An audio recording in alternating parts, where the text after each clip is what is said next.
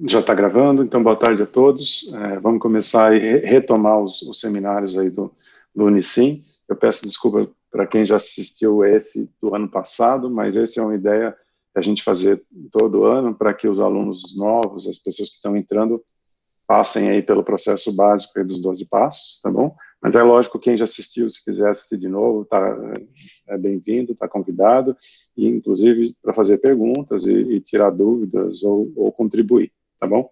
Então a ideia é apresentar o seminário aí como a gente fez no ano passado, todos do Unicim estão convidados, lembrar de manter o microfone aí desligado, a gente vai seguir o mesmo esquema do ano passado, para que os palestrantes consigam fazer aí meia hora, a gente vai seguir a palestra sem interrupções, e aí a gente termina em meia hora, e depois temos mais uns 20 minutos aí para fazer, 20, 25 minutos para fazer perguntas, ou fazer uma discussão sobre o tópico apresentado, tá bom? Então, a gente está gravando as reuniões, se vocês perderem algum dos seminários, eles vão estar internos. Aqueles que não têm dado nenhum sigiloso, a gente está colocando no YouTube, né, como a gente vai colocar, e os outros estão internamente, aí se tiverem dúvidas vão encontrar na intranet, só falar com o Toninho, tá bom? Então, o objetivo é apresentar aí os tópicos mais que poderiam ajudar mais as pessoas do Unicim a prosseguir aí nos seus trabalhos de pesquisa, principalmente os alunos, mas também os pesquisadores, fazer uma discussão sobre os principais avanços aí do grupo, discutir os benchmarks, que a gente está tendo várias aplicações e fazer comparações, e trocar informações aí entre projetos diferentes para que a gente consiga evoluir nos vários projetos, tá? Então, como eu disse, está aqui o canal do YouTube, onde as apresentações do ano passado já estão. A gente deu foco um pouquinho diferente nas apresentações desse semestre.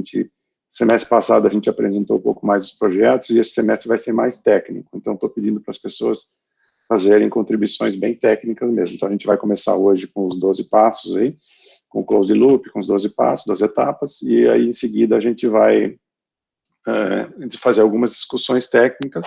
Estou tentando escolher as discussões técnicas que sejam mais úteis aí para o grupo, tá bom? Aqui estão as palestras do semestre passado.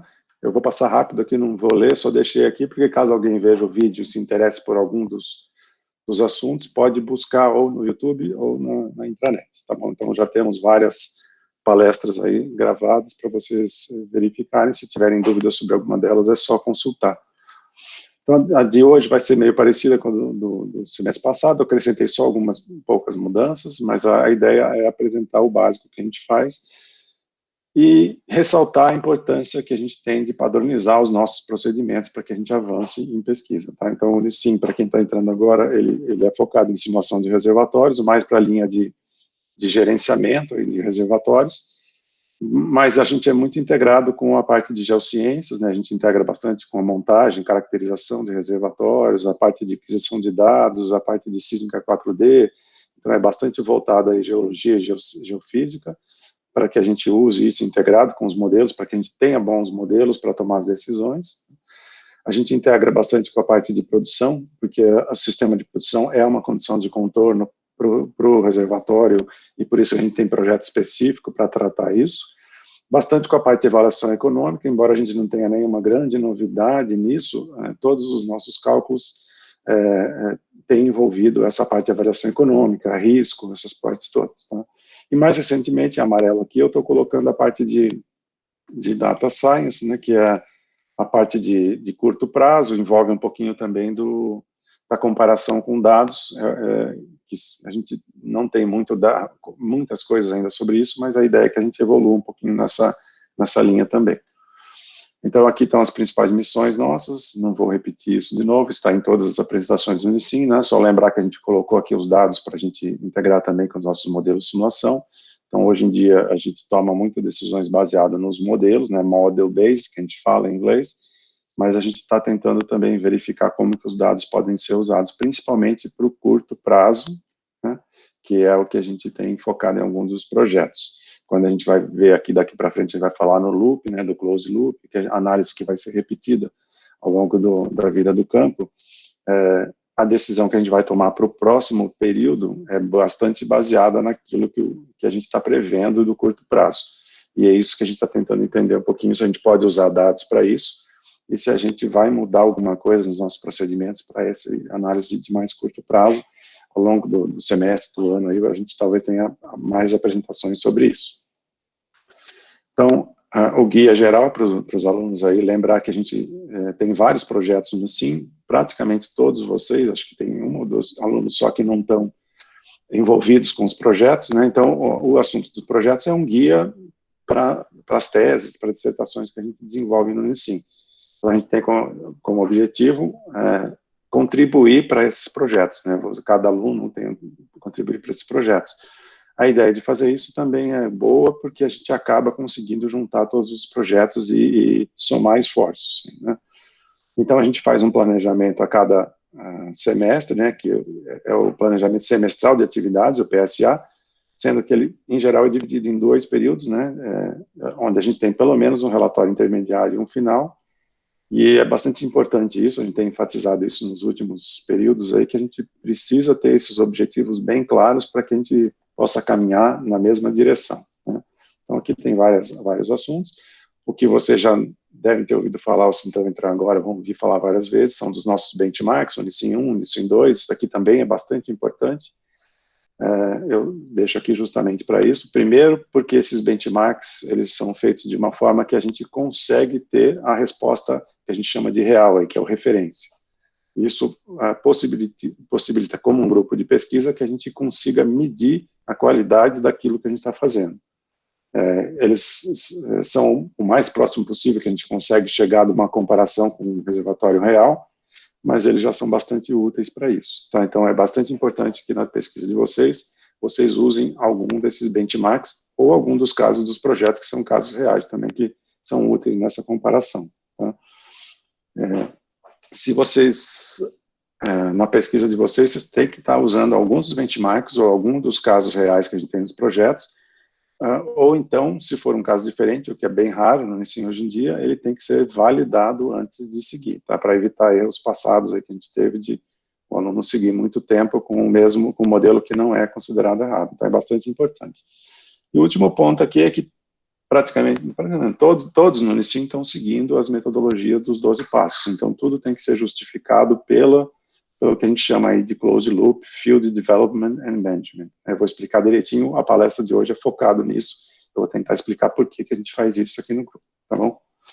Aqui só para vocês terem uma ideia, né, eu apresentei os projetos no ano passado, fiz uma pequena modificação, porque alguns acabaram e outros começaram, e a gente está um pouquinho diferente no tempo aqui, mas a gente tem projetos em várias áreas, desde de análises passadas, de montagem de modelos com assimilação de dados, que é o ajuste histórico, a parte de decisão, tal. Então a gente está evoluindo no tempo aí, com projetos financiados aí pela Petrobras, Shell, Equinor, Repsol, Energy, e a ideia é que cada um desses projetos contribuam aí para isso que a gente vai falar hoje, para melhorar a análise baseada em modelos e dados que a gente tem no grupo hoje. Então, no semestre passado, a gente teve apresentações sobre esses projetos. Se vocês tiverem interesse em saber o que eles são, estão na intranet, tá bom? Aqui são os benchmarks, então eu coloquei em vermelho aqui aqueles que a gente está trabalhando atualmente, Unicim 1 e 2, Unicim 3, o SEC 1, que é um pedaço do Unicim 3, Unicim 1 e 2, que é uma junção de 2 reservatórios produzindo para o mesmo sistema de produção, um reservatório que a gente juntou um com 2, e a gente tem também alguns casos de óleo pesado que ainda não são benchmarks que a gente está rodando, que estão sendo validados para teste com polímeros, tá? E em relação a campos reais, a gente está trabalhando com 2 campos, né, em projetos aí, o campo C e o campo S, que a gente não pode falar os dados, né, o campo C é mais focado nos 12 passos como um todo, mas mais focado na caracterização de reservatórios do pré-sal, e o campo S é mais caracterizado aí na simulação de dados 4D, e como que isso pode melhorar a análise do que a gente faz aqui no Unicim, tá bom? Bom, introdução bem rápida, porque a gente não tem muito tempo. Eu vou falar, então, sobre o Closed Loop, que é a ideia do palestra de hoje. O Closed Loop, a gente tem alguns nomes diferentes, né? O F vem de Field, porque a gente analisa não só o reservatório, como também o sistema de produção. E o D e M é porque a gente aplica tanto em reservatórios novos, quanto em reservatórios mais antigos, onde a gente pode ter tanto o desenvolvimento do campo, quanto o gerenciamento do campo. A metodologia é aplicável às duas situações, né? Com suas particularidades que ao longo das palestras aí, para quem não conhece, vai ficar sabendo, né? Logicamente, se eu estiver trabalhando só com reservatório, só com desenvolvimento, ou só com gerenciamento, a gente pode simplificar a sigla, mas a geral é essa daqui que a gente tem padronizado aqui no Unicim, tá bom? E essa figura aqui é a figura que vocês vão ver praticamente todas as apresentações dos projetos, que a gente faz mais importante, porque é onde a gente dá enfoque a todas essas atividades do grupo que a gente faz aqui, tá? Então, eu não vou dar tanto detalhe aqui, mas, logicamente, vocês têm os artigos do Unicim, principalmente os artigos publicados em 2015 e 2019, que são focados no Model-Based Closed Loop Field Development Management. Ele tem bastante detalhe, né, e ao longo de outros trabalhos, a gente detalha algumas das caixas que estão aqui. Mas, para quem está começando agora, a gente tem aqui a parte verde, né, que é a parte de montagem de modelos. Então, passa por coleta de todos os dados disponíveis que a gente tem, montagem de modelos de forma probabilística, por isso tem múltiplas caixinhas, definição do objeto do estudo, que está aqui, e a montagem do que a gente chama de Fit for Purpose Models, né, que é aquele modelo que a gente escolheu usar para as nossas aplicações, né. Nas últimas semanas, aí, talvez no último mês, a gente teve uma certa mudança, o Avance vai até fazer um seminário nas próximas semanas sobre isso, sobre a nomenclatura, do que a gente considera um modelo de baixa fidelidade, média, alta e fit for purpose, tá? Porque a maneira que a gente estava usando causou um pouquinho de confusão, o Avanço vai explicar um pouquinho mais sobre isso. Então, esse modelo aqui é o modelo que é o fit for purpose, que a gente escolhe, que a empresa escolhe, que nós usamos nas nossas aplicações e tal, para ser usado no processo do closed loop, que está aqui, né? Então, como é que ele é escolhido? A gente vai ter algumas palestras que vão escolher, vão detalhar para vocês isso, mas é o modelo que tem a melhor relação entre a qualidade dos resultados que a gente obtém e o tempo que a gente gasta para fazer a análise, né? Esse Fit for Purpose, ele pode ser desde um modelo muito rápido, que roda em 5 minutos, até um modelo que roda em muitas horas ou dias, né? Então, aí, dependendo da característica dele, se a gente precisa de muita precisão ou menos precisão, de acordo com o objetivo de estudo, a gente vai aplicar os 12 passos de uma forma ou de outra, né? Em alguns casos, a gente pode usar algumas outras ferramentas, como proxies, emuladores, que a gente chama internamente de FOFs, que o Guilherme vai falar um pouquinho sobre isso, que são maneiras mais rápidas de avaliar aquilo que a gente precisa sem ter que fazer uma simulação completa, certo? Então, toda essa parte aqui, né, a princípio, vai ser definida com mais cuidado para vocês nos próximos seminários. O que é importante vocês guardarem aqui é que o modelo, se a gente resolver fazer o processo do closed loop só com simulação, esse Fit for Purpose é o modelo que a gente vai escolher. Ele é desenhado para um propósito específico, que é fazer o gerenciamento da produção, que é essa parte azul aqui. E aí, como simplificar isso, como usar outras ferramentas, a gente vai explicar nos próximos seminários, tá? Então, essa parte azul é a parte do futuro, onde a gente toma a decisão de como o reservatório deve ser gerenciado ou desenvolvido, assim por diante. É por isso que a gente chama de life cycle, porque isso é uma decisão que a gente toma durante, levando em conta toda a vida produtiva do reservatório, certo? E isso daqui é um loop, né? Esse loop aqui está aqui de propósito, porque a gente vai fazer um processo, normalmente a gente faz um processo de otimização aqui, para chegar na melhor decisão possível. Uma vez que a gente finalizou essa decisão, a gente segue aqui para cima e vem para a escolha da estratégia de produção que é implantada no campo, certo? Nessa implantação, a gente pode ter o que a gente chama de ruído operacional, né? A gente pode ter atrasos de produção, a gente pode ter vários problemas aí na implementação da estratégia, que devem ser considerados, tem algumas pessoas estudando o efeito disso no grupo, e por isso talvez a decisão que a gente tenha que tomar tem que ser um pouquinho diferente, até sabendo que a gente vai ter esses ruídos, tá? E uma vez que a gente tem essa implantação e o campo começa a produzir, gerar dados dinâmicos, que a gente chama aqui, ou produção, ou cínica, ou 4D, assim por diante, a gente vai medir esses dados dinâmicos, considerar também os ruídos e partir para o que a gente chama de parte vermelha aqui, que é o que a gente chama de assimilação de dados. Se vocês são do Unicim, vocês já devem estar familiarizados com essa nomenclatura. Se estão entrando agora, vocês devem conhecer essa parte mais como ajuste histórico. E se der com tempo também a gente explica um pouquinho mais sobre por que a gente não fala isso como ajuste histórico, onde a gente, no Unicim pelo menos, né, isso não é geral na literatura, a gente foca ajuste histórico como o objetivo é ajustar o histórico mesmo, né? Para a simulação de dados, nosso objetivo é um pouco diferente, é reduzir a incerteza dos atributos, mantendo a variabilidade das dúvidas que a gente tem, para que a gente possa usar nessa parte azul. Então, a gente vai usar os dados dinâmicos, né, como vocês estão acostumados a ver no ajuste de histórico, e vai envolvendo um processo aqui que o nosso objetivo é conhecer melhor o reservatório, para que a gente consiga melhorar os modelos e tomar melhores decisões na parte azul. Tá? Então, se vocês estão aí com teses estabelecidas aí, os alunos, tal, vocês estão em alguma dessas três partes, ou na parte preta, que é a parte de curto prazo, que pouca gente ainda está trabalhando recentemente, mas a gente está com alguns alunos entrando na parte preta, que é o short term, né, que é a decisão de curto prazo. Né? Lembrando que essa azul aqui é o life cycle, ou seja, as decisões que a gente toma são baseadas na modelagem até o final da vida do reservatório, e aqui é o curto prazo. Né? O curto prazo que a gente considera assim, padrão é de 1 dia a 6 meses. Um dia é uma decisão mais instantânea possível que a gente consegue tomar no momento, né? E 6 meses é o prazo que a gente considera para o closed loop inicialmente. Por isso que a gente considera o short term, esse short term aqui. Mas depois também a gente vai falar um pouquinho mais sobre essa nomenclatura. Tá? Se não ficou claro, podem ir colocando perguntas no chat aí, a gente esqueceu de avisar no começo, a gente vai responder as perguntas aí conforme elas forem aparecendo no chat, tá? Vou lendo, vou dando prioridade. Bom, esse curto prazo, então, ele nos mostrou que há várias coisas aí recentemente, né? Primeiro, que o que a gente vinha fazendo era bom para o life cycle, mas ele não é tão bom para o curto prazo.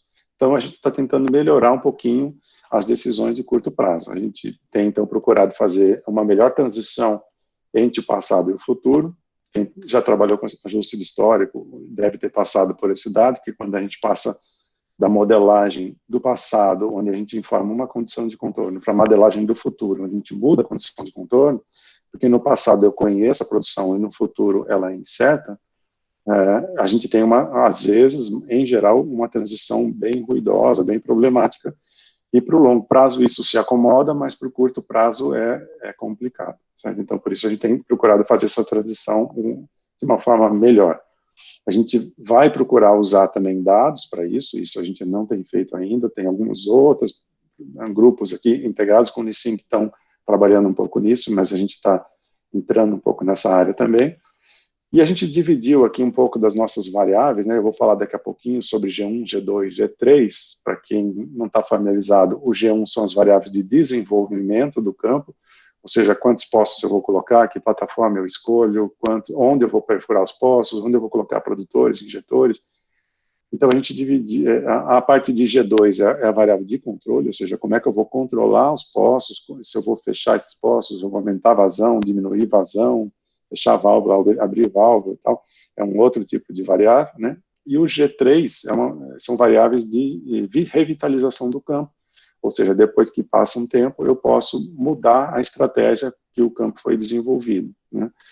Então, o G2, que são as variáveis de controle, elas são mais afetadas por esse ciclo aqui de curto prazo. Então, a gente dividiu isso em G2L e G2S, que aqui está errado, tá? É short term, e a gente ainda tem algumas outras nomenclaturas que as pessoas estão precisando usar, que é o próprio real time aí, e o do ciclo, tá? Então, seria G2C, G2RT, mas isso aí tudo a gente vai explicar com um pouco mais de detalhe nos próximos seminários, tá? A ideia de fazer tudo isso daqui partiu da ideia das empresas de começar a usar modelos para campos digitais. Para campos digitais, as decisões são mais rápidas. Para fazer decisões mais rápidas, eu preciso ter uma análise melhor do curto prazo. Ao partir para essa análise melhor do curto prazo, a gente verificou essas coisas que a gente precisa melhorar aqui no grupo, e é nisso que a gente está trabalhando. Alguns de vocês vão estar trabalhando nisso, tá bom? Esse closed loop não é novidade, isso aí já existe há muito tempo, ele é uma coisa que veio da área de controle para a área de simulação, né, onde a gente usa modelos para tomar decisões, e esses modelos são feitos updates desse modelo assim que a gente começa a adquirir dados. Esse conhecimento veio da área de controle, onde isso é feito constantemente, ou seja, os modelos são usados para decidir o que a gente vai fazer em seguida, e para fazer em seguida dos modelos. Uma vez que os modelos se mostram úteis, a gente toma as decisões. Se eles se mostrarem que eles não estão honrando aquilo que foi passado, a gente vai ter que melhorar os modelos. Então, ele não é uma ideia útil, é só a maneira de estar colocando isso dessa forma aqui, é um pouquinho diferente, né, com essas cores, essa coisa, mas essa ideia já vem de outros trabalhos da literatura. Hein? O que talvez seja um pouquinho diferente é como a gente implementa isso no Unicim. A gente determinou que isso era ser feito em 12 etapas, depois de várias tentativas, a gente chegou nessas 12 etapas ao longo dos anos, que são 12 etapas bem claras de trabalho. Por isso que é importante vocês entenderem essas etapas e entenderem em que etapa do trabalho vocês estão.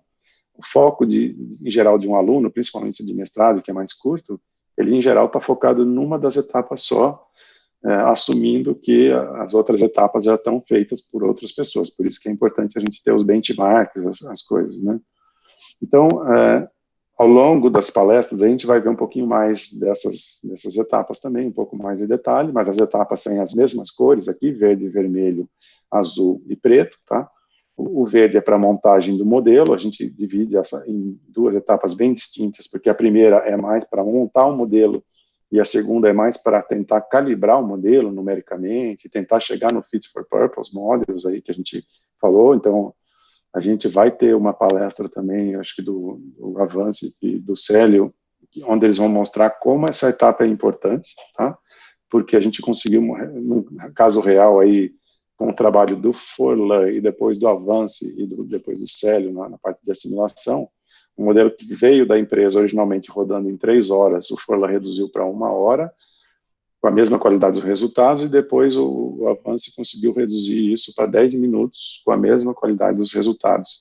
Então, imagina que eu estava rodando esse processo que vai rodar do closed loop, que roda milhares de simulação a cada vez que eu faço análise, e em vez de rodar em 3 horas, eu rodo em 10 minutos. Né? Então, como é importante essa construção desse modelo, e esse trabalho do Avance e do Célio deram origem até dessa pequena mudança que a gente antes considerava que o modelo de média fidelidade era esse modelo que a empresa escolheria. A gente mudou esse nome para Fit for Purpose, o Guilherme vai explicar por quê, justamente por isso. No caso do projeto, um modelo que roda em 10 minutos, ele quase que a gente não pode mais chamar pelas nossas definições de média fidelidade. Ele é um de baixa fidelidade, considerando que a gente tem um modelo bem rápido rodando, né, o tempo computacional é pequeno, o grid é bem grosseiro, mas dada a qualidade desse modelo, a gente decidiu seguir com esse para análise da simulação. Né? Então, como ele é um modelo rápido, ele acabou gerando consequências aí para os próximos passos. Isso tudo o Avance e o Célio vão explicar para vocês, mas é um exemplo onde que mostra a importância de a gente trabalhar nos modelos, conhecer bem a área de simulação antes de sair fazendo as coisas. Né? A parte vermelha, também, passando rapidamente aqui, ela foi dividida em 3 passos. Por quê? Porque quando a gente começou a trabalhar com casos reais, a gente viu que não adianta a gente querer partir direto para um processo de ajuste histórico, de assimilação de dados, eu preciso trabalhar no modelo, né? O Felipe, que trabalha nos projetos da Shell, sabe bem o modelo real, quanto tempo ele gastou nessa etapa aqui, ou seja, só tem sentido partir para as etapas de ferramentas de assimilação de dados, que vocês devem conhecer aí, automáticas, né, o EHM, o SMDA, se eu tiver com um modelo possível de fazer isso. Né, e para fazer isso, eu preciso passar pela etapa 3. A etapa 3 também requer muito conhecimento aí de geologia, geociências, simulação, tal, para a gente calibrar esse modelo. Então, as etapas 2 e 3 são muito importantes para a gente calibrar o modelo numericamente na 2, e depois calibrar esse modelo com os dados na parte 3. Né? Uma vez que a gente faz isso, a gente desenvolveu e usa muitas metodologias para que os dados sejam usados no processo vermelho aí para reduzir as incertezas dos atributos. Né? Qual o objetivo de reduzir a incerteza? É tomar melhores decisões no futuro, que são as etapas azuis. Né? Então, a gente tem 3 tarefas básicas no Unicim. A primeira delas é reduzir incertezas, que está envolvida aqui. A segunda delas é prever produção, né, que a gente precisa prever bem a produção para qualquer outra atividade que a gente vai fazer de futuro. E a terceira é tomar decisões, ou saber se o modelo nos ajuda a mudar as decisões do futuro, certo? E essas decisões a gente toma nos passos 6 a 11. Por que ele foi dividido em vários passos? Porque é uma atividade bastante complexa, se vocês estão trabalhando nelas, vocês sabem.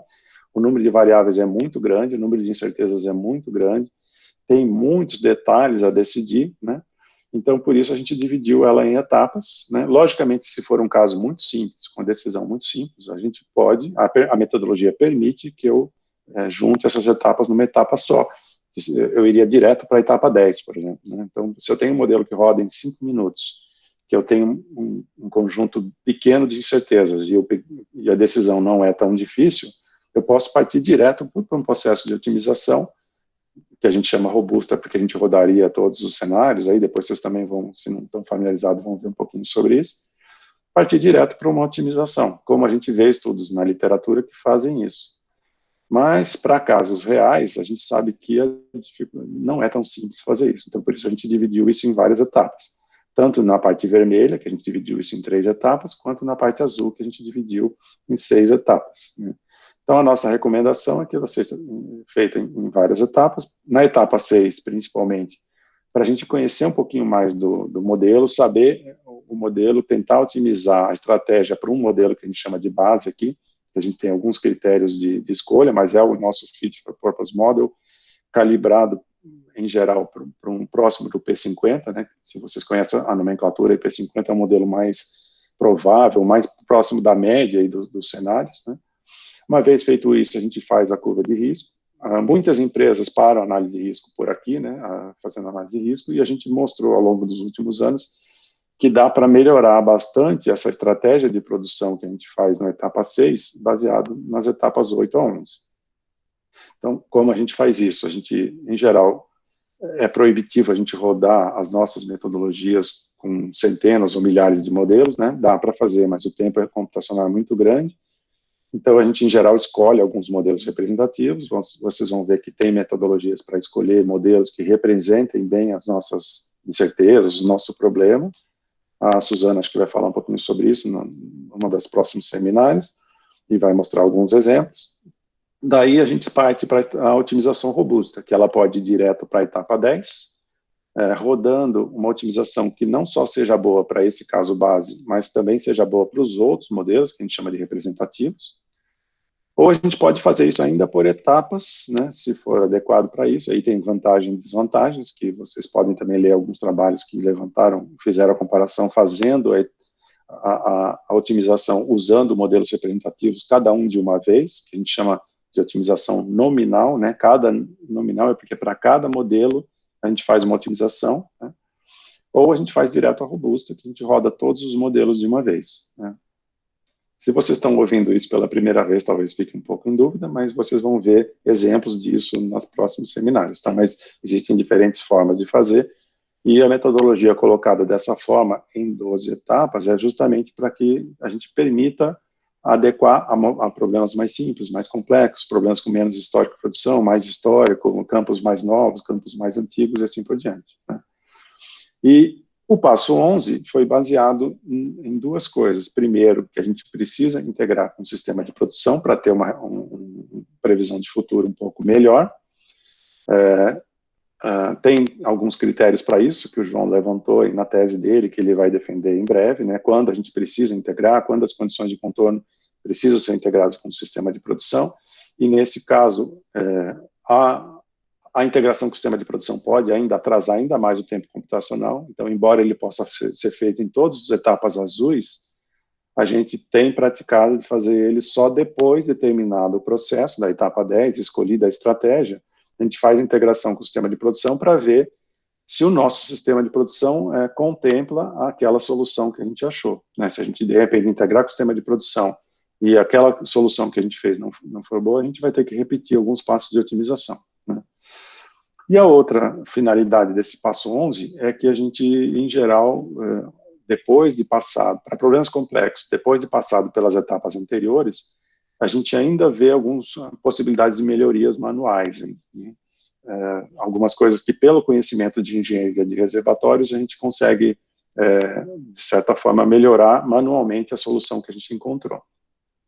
O ideal é que não tivesse essa etapa, mas a gente, em geral, acontece isso porque o número de possibilidades de estratégia de produção é tão grande que é muito difícil que um processo automático consiga achar a solução melhor, robusta, absoluta, né, no máximo absoluto do meu problema. Então, o passo 11 permite que a gente ainda melhore um pouco essa estratégia baseada em conhecimento de reservatórios, né? E aí, por fim, tomada essa decisão de longo prazo, a ideia é implantar isso no campo, né, e partir para o próximo loop, do closed loop. Mas como o próximo loop do closed loop, ele na verdade, ele tem um período curto, por exemplo, 6 meses, é um típico que a gente usa, a gente começou a fazer a análise do passo 12, analisando o curto prazo, né, e verificando quanto que o modelo é bom para o curto prazo e quanto que as variáveis de controle são afetadas por essas decisões de curto prazo. Então, no semestre passado eu fiz uma apresentação especificamente sobre isso, tá? E aí, se vocês quiserem assistir, acho essa não vale a pena fazer de novo, porque não tem tanta coisa nova. A de hoje é mais para fazer uma apresentação dos 12 passos para vocês. Mas a do short term, eu acho que lá para o final do semestre, no começo do semestre que vem, talvez a gente tenha alguns resultados, a gente pode apresentar um pouco mais detalhes para vocês, porque que a gente está fazendo essa análise de curto prazo. Tem algumas pessoas trabalhando nisso, e assim que eles tiverem resultados, a gente mostra para vocês, tá bom? A ideia, então, é que a gente parta para esse loop indefinidamente até o final da vida do campo, né? Então, a gente calibra os modelos, constrói os modelos, calibra os modelos, escolhe a estratégia de produção, implanta isso no campo, verifica se o curto prazo está bom, gera a produção e esses em K4D, vai monitorando a qualidade do modelo para esses novos dados e isso volta para o próximo loop e assim indefinidamente, tá? Então, por isso que a gente insiste tanto da gente ter todos os alunos e pesquisadores trabalhando nesse loop, porque ele representa realmente o dia a dia do que a empresa faz com base nos modelos de simulação. Ou a gente está calibrando os modelos, ou a gente está usando os modelos para prever produção, ou a gente está usando os modelos para tomar decisões de futuro, né? E essas decisões de futuro são tanto de G1, que é para desenvolver o campo, de G2, que é para controlar o campo, quanto G3, que é para mudar o G1, certo? Caso a gente perceba que alguma coisa fugiu do controle. Então, essa é a ideia geral do closed loop, e por isso que a gente tanto insiste em que cada um de vocês entenda bem isso e justifique isso, né? Então, ao longo das próximas reuniões, dos próximos seminários, para quem está vendo isso pela primeira vez, talvez isso fique mais claro, tá bom? Eu tinha um pouco de detalhe aqui nos passos, que eu vou deixar aí na apresentação para vocês. Eu acho que no ano passado eu acabei não me alongando tanto nessa parte inicial, e eu dei mais detalhes sobre os passos 1, passo 2, tal. Eu acho que não vai dar tempo de eu passar sobre isso, a menos que tenha perguntas, né? Eu vou passar direto aí para as conclusões, e aqui eu coloquei um pouco dos 12 passos. Mas essa apresentação também está disponível para vocês na intranet, tá? Se vocês quiserem mais detalhes deles, a gente faz. Então, acho que é isso. Então, estou aberto aí a perguntas. Se alguém tiver dúvida, tiver sugestões, contribuições, fique à vontade. Procurei cumprir a meia hora aí. E para quem está entrando agora, se tiver alguma curiosidade, alguma coisa que vocês queiram saber, fiquem à vontade para fazer perguntas, tá bom? If you have seen the slides and have any questions in English, also please let me know. You can put the question in the chat, or also you can make it, as you don't have questions in the chat, you can do also by voice, if you want to do it. Então, se tiverem alguma pergunta, ou pelo chat, ou outra, fiquem à vontade. Se não tiverem perguntas, se tiverem algum comentário, alguma coisa também, estou disponível.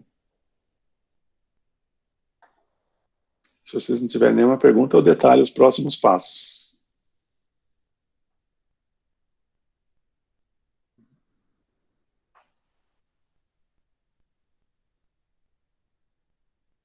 O Courage está perguntando aqui, the uncertainty reduction process is along with the scenario reduction, or we can reduce uncertainties by keeping the number of models, that's right and preferred. Courage, I don't know if you can do it verbally, because I didn't understand very well your question. For me, it's the same thing. The uncertainty reduction is the same as the scenario reduction. Of course, in your work, in your thesis, and your work as a postdoc, you are trying to reduce the number of scenarios in a different way that we do in the 12 steps. We can see here, in our current methodology, that's our default, we do the reduction of scenarios by reducing the number of models, which is in general 100, 200 models, to a certain number of representative models, which is normally about 10 models, 9 models, or something like this. We do this reduction because depending on the objective of the study, which is this objective here, okay? And of course, if we want to go to a robust optimization, which is in 10, or even a series of numerical nominal optimization, which is using the representative models, it will consume too much time to do it with 100 models, 200 models, and we have shown that for certain decisions and for production forecast and so on, maybe it's not necessary to do 100, 200 models every time we evaluate our objective function, okay? So we reduce the number of uncertainty or representative models. So maybe if I understand your question, this reduction of scenarios is in order to eliminate the scenarios that are not possible considering the dynamic data, which is a red step, right? It's here, the data assimilation step. So when we apply the production strategy and then we collect the dynamic data, if this dynamic data is not, if our models is not honoring this dynamic data, then we have to eliminate these models from our ensemble of models. So this is what we call the reduction of scenarios in the data assimilation part, okay? Once we go through this step, in general, we use 100 models, 200 models, for example, to go to the blue steps here. Why? Because we need to consider all the uncertainties that we need to evaluate the risks, which is step 7 here, right? Once we have this step 7 done, then we can go directly to the step 9 or 10, or directly to robust optimization. If we can do that, if the model runs in 5 minutes, for example, maybe we can do that, and we can go directly to there. If our models is too time consuming, we have 2 ways to simplify the process. One way is to reduce the number of scenarios by selecting this, for example, 200 models we have from here and going to 10 models here, for example, and then we go in optimization process using only 10 models instead of 200 models. Or we can simplify the simulation by using a proxy or an emulator or a low fidelity model, as we call. So in this blue step here, maybe we can discuss this in a future seminar. This loop here, we can use several ways to do it in order to take the best decision. One way is to reduce the number of scenarios from, for example, 200 to 10, and then use these 10 models to optimize production and then go here. Or we can simplify the simulation models for a fit for purpose to a low fidelity model or to a proxy. And then instead of using only 10 representative models, we can use 200 models, because then we have a tool that's fast enough to be used in conjunction together with these 200 models. So in a way, these reduction scenarios can do in different ways, and we are testing this in different ways in our group. But we cannot, in general, we cannot do the whole process using the whole ensemble of scenarios, 200, 300 models during the whole time. That's why we try to simplify by using the representative models, or we simplify the model. If the fit for purpose models is too time consuming, we reduce the fidelity of this model by a low fidelity model, or even a proxy or an emulator, okay? Sim, o Luiz está perguntando aí se existe algum critério. O Avance vai falar exatamente sobre isso, tá? A gente tem alguns critérios, esse critério está sendo definido ao longo do tempo aí, né? O nosso objetivo é escolher o modelo que tem a melhor relação entre tempo computacional e qualidade dos resultados. e antes a gente definia esse como o Medium Fidelity Model, modelo de média fidelidade, mas isso gerou um pouquinho de confusão ao explicar isso para frente, então a gente está voltando com a palavra Fit for Purpose Model, né? Então esse Fit for Purpose é um modelo que a gente escolheria pela qualidade dos resultados.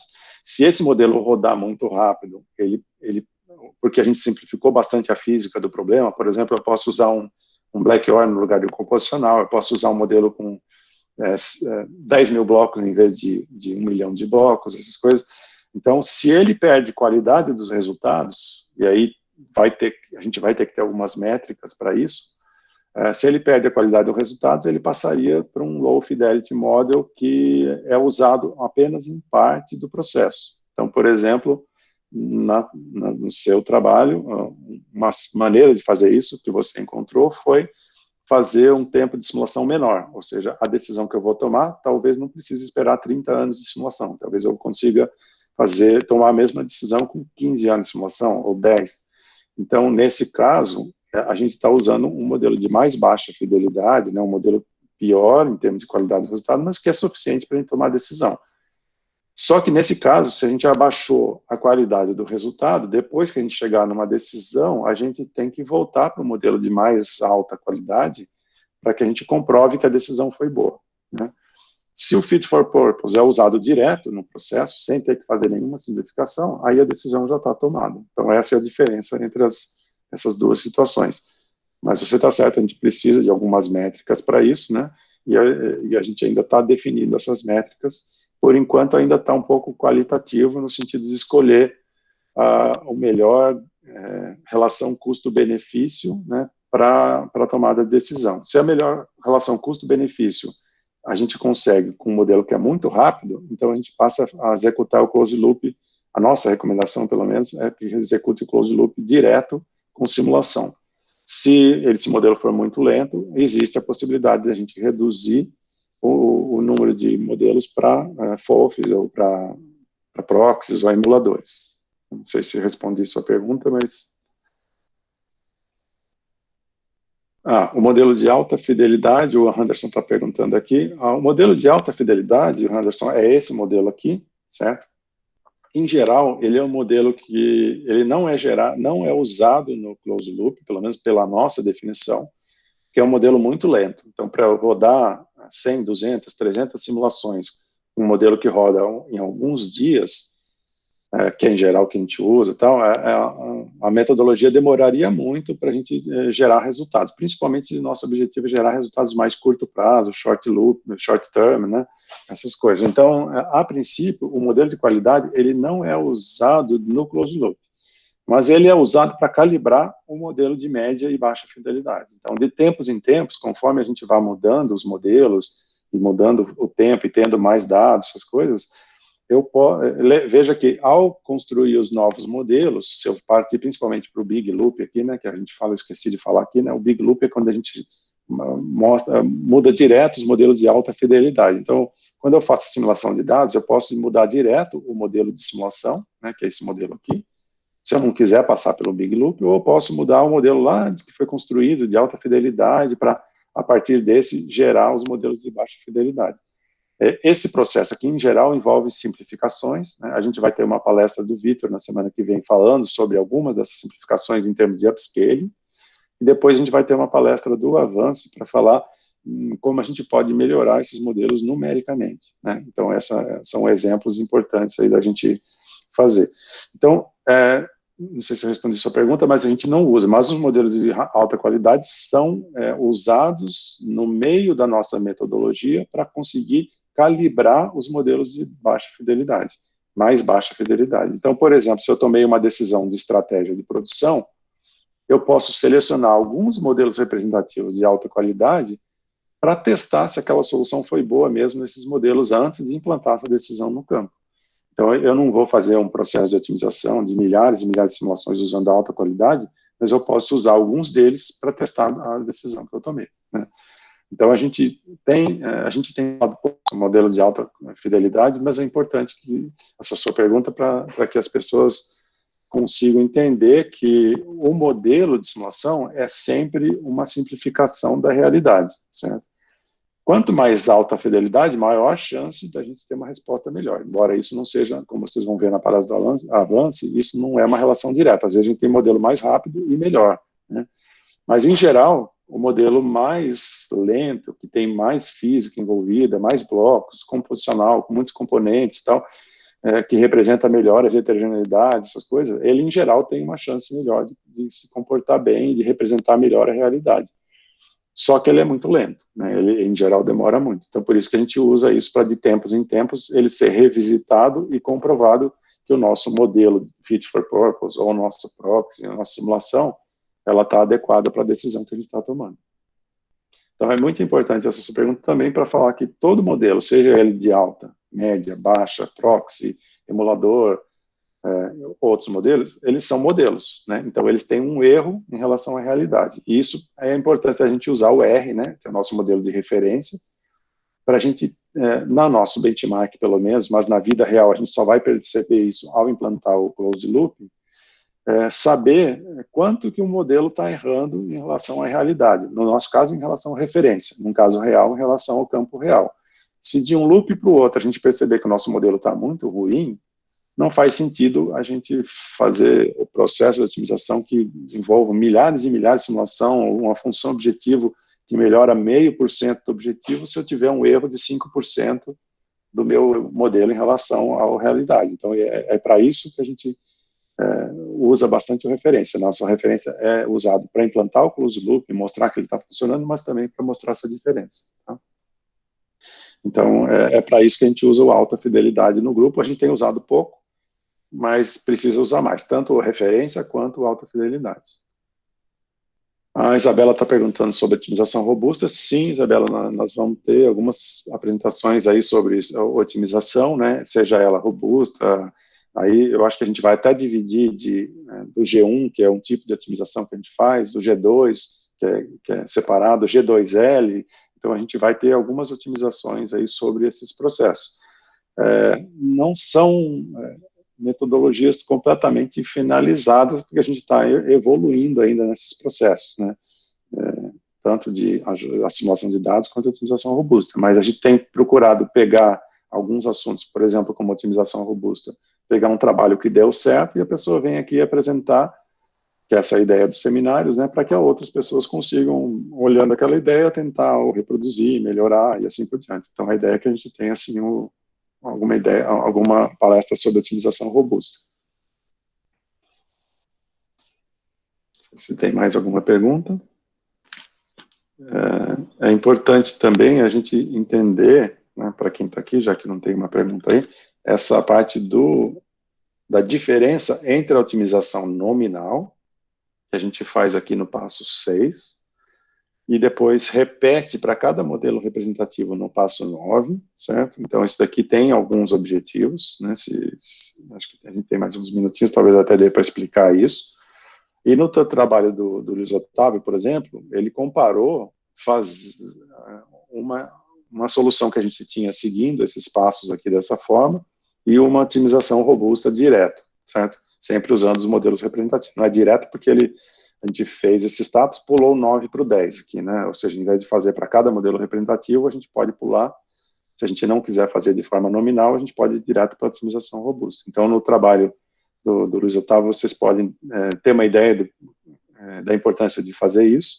E no trabalho dele, da Suzana e algumas outras contribuições, a gente recomenda, cientificamente, pelo menos, né, eu não sei se as empresas têm tempo de fazer isso, que a gente faça das duas formas.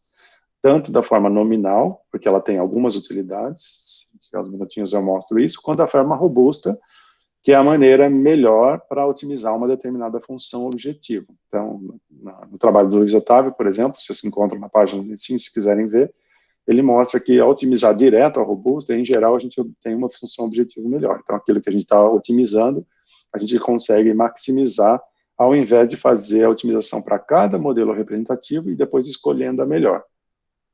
Mas a Suzana também mostrou que a gente pode fazer isso da nominal e depois, entre as melhores, fazer uma otimização num passo 11 que chega numa solução próxima da robusta. Então, dá para fazer das duas formas. A 10 é mais automática, por isso ela talvez seja de preferência de quem quer usar uma ferramenta automática e mais rápida.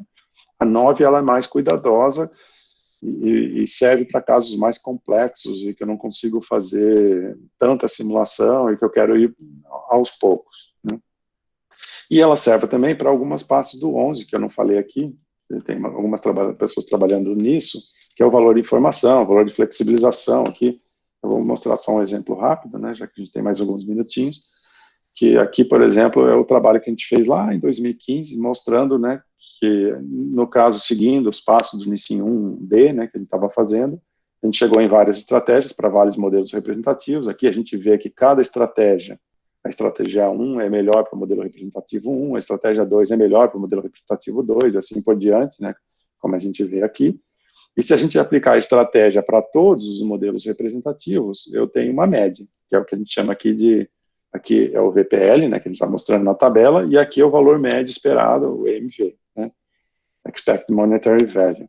E a gente vê que, por exemplo, nesse caso aqui, a estratégia 9 foi a que apresentou a melhor estratégia, a melhor média, né, ou seja, ela é melhor, se eu quiser aplicar de maneira robusta, depois, sem fazer nenhum passo adicional, eu implantaria a estratégia 9, porque ela tem a melhor expectativa de retorno, considerando as minhas incertezas representadas por esses 9 modelos, certo? De lá para cá, a gente evoluiu bastante nisso, né? Então tem vários trabalhos. Por exemplo, a Suzana mostrou, né, isso daqui estava no trabalho de 2015, mas a Suzana aprofundou, que a análise dessas estratégias aqui, ela é muito útil para a gente usar depois na valor de informação, valor de flexibilização, que são coisas bastante complexas. Por exemplo, se eu olhar aqui as características das estratégias dos modelos, eu consigo ver que, por exemplo, a capacidade de plataforma, ela difere bastante entre as soluções, a capacidade de tratamento de óleo também, de água também, número de produtores também, número de injetores também, de poços, e isso dá uma ideia para a gente, que eu não tenho essa ideia se eu fizer a otimização robusta direta no passo 10, quão diferentes são as estratégias para cada modelo. Então, por exemplo, na estratégia, eu vou pegar aqui um exemplo bem diferente do outro, na estratégia do modelo 7, eu teria uma plataforma pequena, com um número de postos 15, né, 9 produtores e 6 injetores. Na estratégia 9, por exemplo, eu tenho já uma plataforma maior, com 20 postos, né, que é bem diferente, eu teria 25 postos a mais, um injetor a mais, 4 injetores a mais, tal. Então, observando essas diferenças, ou seja, de 9 para 14, de 5 para 8, de 14 para 21, de 13 para 23, aqui como a gente está vendo, a gente consegue fazer o uso disso no passo 11 para talvez implantar uma estratégia intermediária, por isso que a gente ainda faz isso manualmente. A Suzana desenvolveu uma forma de fazer isso de forma automática, mas a gente ainda pode fazer isso manual, ou seja, eu posso ter uma plataforma pequena que possa ser expandida, eu posso ter um número de postos inicial pequeno que possa ser com um número de slots disponível que possa ser colocado mais tarde. Esse tipo de coisa é o que a gente chama de flexibilidade, né? A gente pode gastar um pouco a mais com flexibilidade para que a gente consiga suportar a mudança na estratégia de produção, seja ela mudança de G2, seja ela mudança de G3, né? Então, ao permitir que a gente faça isso, ou avaliar de uma outra forma, por exemplo, se eu falar o seguinte, não, a minha dúvida é tão grande no número de postos, no tamanho de plataforma, que ao invés de tomar decisão agora, eu vou adquirir mais informação, vou diminuir a diferença entre os modelos, porque a informação vai me ajudar a reduzir incertezas, e com isso eu vou tomar decisões mais assertivas, né? Então, essa é o que a gente chama de valor da informação. Então, a gente desenvolveu no passado aí algumas metodologias automáticas da estimativa de valor de informação e de flexibilidade. E, para isso, o passo 9 é bastante importante, né? Então, nesse sentido, é que a gente vai, aos poucos, esclarecendo aí para vocês, né, se a gente vai partir para robustas, se a gente vai partir para as nominais, né, se a pessoa vai fazer valor de informação, valor de flexibilidade, tem tempo de fazer o passo 11 com mais cuidado, a gente recomenda que sejam feitas duas coisas. Faça o passo 9, verifica essa diferença, aí eu teria uma linha adicional aqui, que eu poderia até adicionar com o trabalho do Luiz Otávio, que seria uma estratégia robusta e comparando com essas soluções. Se eu quiser, eu posso partir para seguir com a robusta. Se eu quiser partir para outras coisas, a gente pode analisar essas 10 comparada com a robusta e aí seguir para novos passos do processo de otimização. Então, é um processo bem complexo, né? Por isso não dá para num seminário só esclarecer tudo, mas eu espero que, lendo os trabalhos aí e vendo as próximas apresentações, isso vai ficando mais claro para quem ainda não viu isso, tá? O Denis, Oi, pode falar. tá? Eu vou falar aqui que é mais fácil do que Tá escrever. bom. Essa tabela aí mostra o resultado da otimização robusta, né? Não, essa tabela, ela mostra da nominal, né? Esse daqui é a estratégia para o modelo base, depois estratégia para o modelo 1, depois para o Certo. 2, até o 9. Eu teria que, como acrescentar aqui, eu posso acrescentar para a próxima vez, a estratégia robusta, que foi a que o Luiz Otávio fez na tese dele e comparou com essas daqui. Porque era essa a pergunta que eu ia fazer mesmo.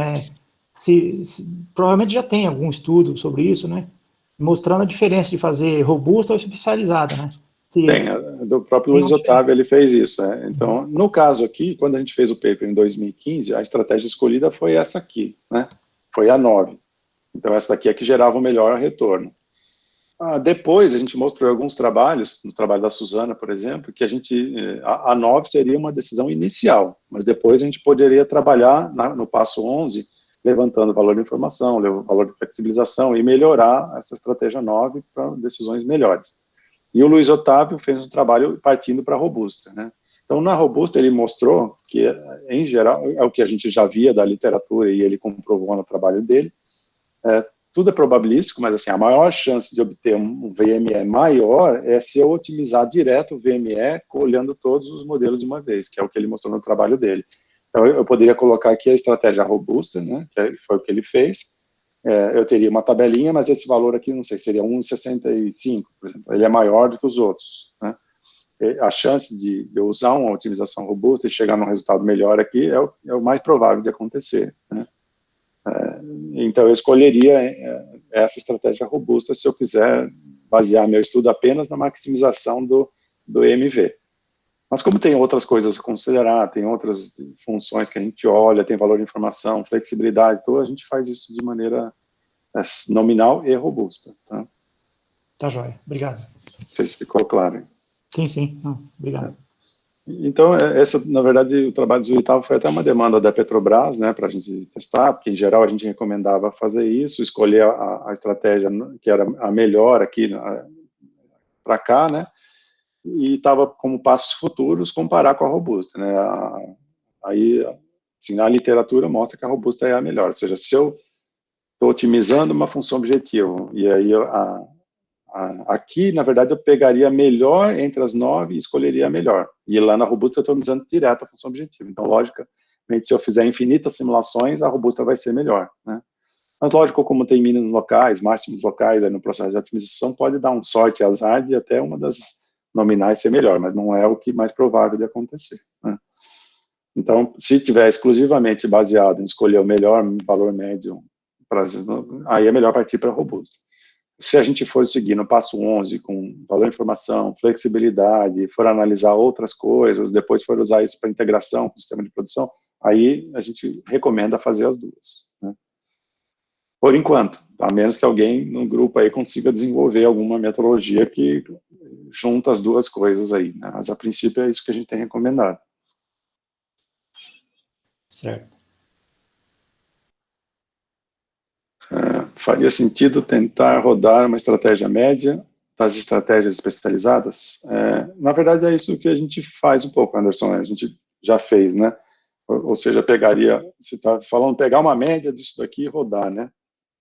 Na verdade, não é pegar uma média, mas é partir da melhor entre as escolhidas aqui, a que deu a melhor média, e fazer alguns passos manuais para melhorar essa estratégia, né? Logicamente, ela pode ser feita isso na robusta também, por alguns passos manuais, ela pode ser feita isso através da aquisição de flexibilidade, através da aquisição de informação, ou através até do próprio processo de otimização, partindo da S9, que seria, no caso, a melhor aqui, e fazendo um método de otimização local aqui, que aumenta a capacidade, diminui a capacidade, faria uma robusta depois da especializada, né, da nominal, né?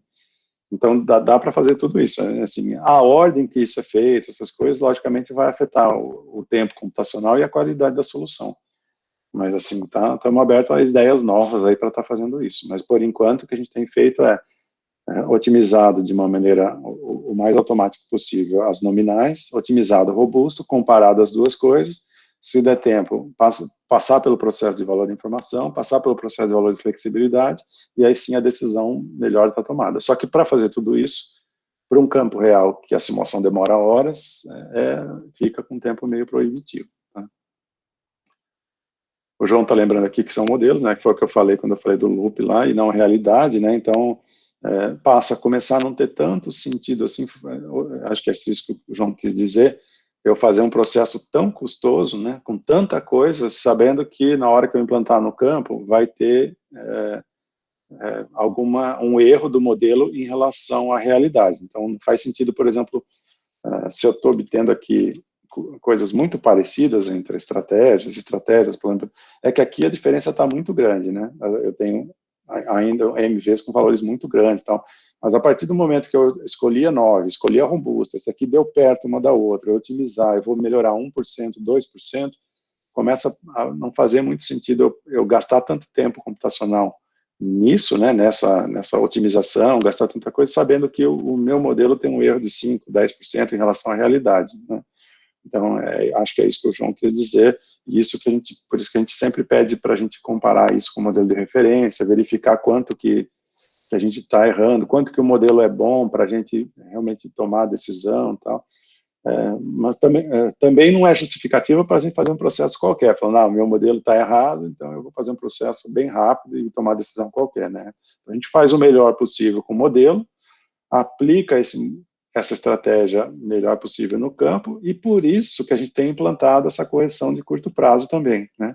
Porque eu posso tomar uma decisão que não foi a melhor possível, mas eu tenho aqui o loop de curto prazo, em que a decisão, principalmente no G2 aqui, que aí seria, aqui é um G2L, né, que a gente planeja como a gente vai controlar o campo, mas se de repente eu implantei aquilo, e no próximo loop de 1 dia a 6 meses, o resultado está muito pior do que aquele que eu esperava, eu posso tentar corrigir essa estratégia no curto prazo, né, sem ter que passar por todo o processo de novo. Então, é isso que a gente vem trabalhando um pouco também.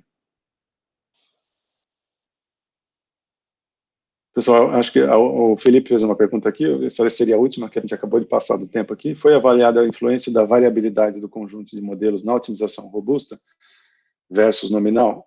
Não, Felipe, é um trabalho que a gente ainda precisa fazer, a gente ainda está trabalhando em algumas coisas. Primeiro, foi até bom você fazer essa pergunta, o trabalho da Letícia, chegou uma coisa que a gente também já suspeitava, mas ela conseguiu comprovar, que ao fazer um processo de otimização baseado em modelos representativos, o ideal é que a gente teste a solução, não do jeito que eu fiz aqui, certo? Nessa tabela aqui, mas que eu teste essas estratégias, por exemplo, aqui de 1 a 9, para o modelo 11, para o modelo 12, 13, 14, 15, 16, 17, 18, 19. Ou seja, eu faria um conjunto de modelos representativos para otimizar a estratégia, depois um outro conjunto de modelos representativos para testar a estratégia. Por que isso? A gente já testou que ao otimizar os modelos, isso está bem claro no trabalho de 2015, né, é uma coisa que talvez a gente repita pouco, mas uma vez que por exemplo, eu pegue o modelo 1 e otimize a estratégia para o modelo 1, aquele modelo 1, com aquela estratégia, ele vai tender a ficar mais, vamos supor que o modelo 1 fosse P50, ele vai ter a tendência de ficar mais otimista, ou seja, eu vou causando um viés no modelo, certo? E a mesma coisa vale para um conjunto pequeno de modelos, ou seja, se eu testar 10 estratégias aqui e implantar, e essas estratégias são otimizadas para esses 9 modelos, né, 10 modelos, eles vão ter um viés em relação, porque eles foram otimizados para aqueles 10. Então, a tendência é que eles tenham um viés em relação ao modelo básico. O que a gente chama de viés? É que o valor médio esperado para esse conjunto de 9 modelos aqui desse exemplo, ele tem uma expectativa de ser um pouco maior do que o valor médio esperado do conjunto inteiro, dos 100, 200 modelos. E ele diminui um pouco esse viés se ao invés de testar para esses 9 modelos, eu testar para outros 9, certo? Então, a princípio, a Letícia mostrou isso, e a recomendação, quando a gente parte para robusta, no nominal, é que a gente use essa forma de análise, ou seja, use um conjunto de modelos para otimizar e o outro conjunto de modelos para testar. Ou até, se for possível, usar um conjunto de modelos para otimizar, mas não avalie dessa forma que eu estou fazendo aqui, só nos 9 modelos, que eu avalie isso para os 100 modelos, que seria isso daqui, que foi também um pouco do que a Letícia testou. Eu teria 9 estratégias, mas na hora de rodar essas coisas aqui, em vez de fazer essa cruzada aqui, eu testaria essa estratégia para os 100 modelos, porque aí não é tanta simulação aí, assim como um processo de otimização, certo? Então, essa é a primeira tentativa. Agora, como se compara, que eu acho que é a sua pergunta, a robusta para nominal, para um conjunto de modelos, foi testada no trabalho do Luiz Otávio, tá? Mas acho que o Luiz Otávio, se eu não me engano, ele comparou testando em todos os conjuntos de modelos, como eu falei, ou não lembro se ele está presente aí, pode clarificar, ou só para o conjunto de representativos, mas são coisinhas assim que a gente precisa ir melhorando, deixando registrado aí no grupo, para que a gente tenha esses resultados mais comprovados. Tá? A Luz está confirmando aqui que ele testou os 2 casos. Né? Então, a princípio, quando a gente fala da metodologia em 6 etapas, as coisas parecem uma coisa muito rápida, muito simples, mas quando começam a surgir as perguntas, vocês vão ver quantos detalhes estão envolvidos aí no processo, né? Então, é por isso que a gente tem feito bastante pesquisa em cima disso, tem várias possibilidades, posso fazer nominal, posso testar em cima do modelo representativo de todos os modelos, eu posso usar modelos de mais fidelidade, de menor fidelidade, eu posso usar FOFs no meio, então, como tem muitas possibilidades, a gente tem que saber, a gente tem que dominar o processo primeiro, saber técnicas que funcionam, que tipo de simplificações a gente pode fazer. Eu posso reduzir o número de modelos, eu posso reduzir o número de cenários, eu posso usar um processo de otimização menos custoso. Então, tem vários processos aí que a gente pode fazer para viabilizar o processo. A gente chama de viabilizar, é tornar um processo viável, assim, que eu consiga gerar os resultados em tempo suficiente para tomar as decisões e para fazer as coisas. É isso que a gente tem que buscar. Tá bom? Então, espero que tenha sido útil aí para quem está vendo a primeira vez. A gente falou mais da parte azul do que a vermelha, mas a gente vai ter alguns seminários também sobre a parte vermelha, sobre a parte verde aí, tá? E agradeço a presença de todos. Se ficaram dúvidas, me avisem, podem me mandar e-mails aí que a gente vai procurar tirar essas dúvidas ou curiosidades de vocês aí nos próximos seminários, tá bom?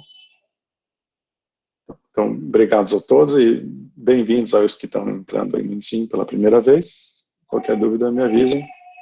Até mais. Tchau, pessoal. Até mais. Até mais.